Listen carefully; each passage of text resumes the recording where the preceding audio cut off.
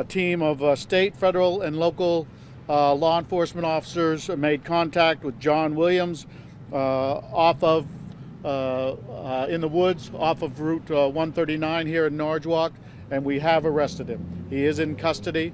We'll be providing more information at 5 o'clock.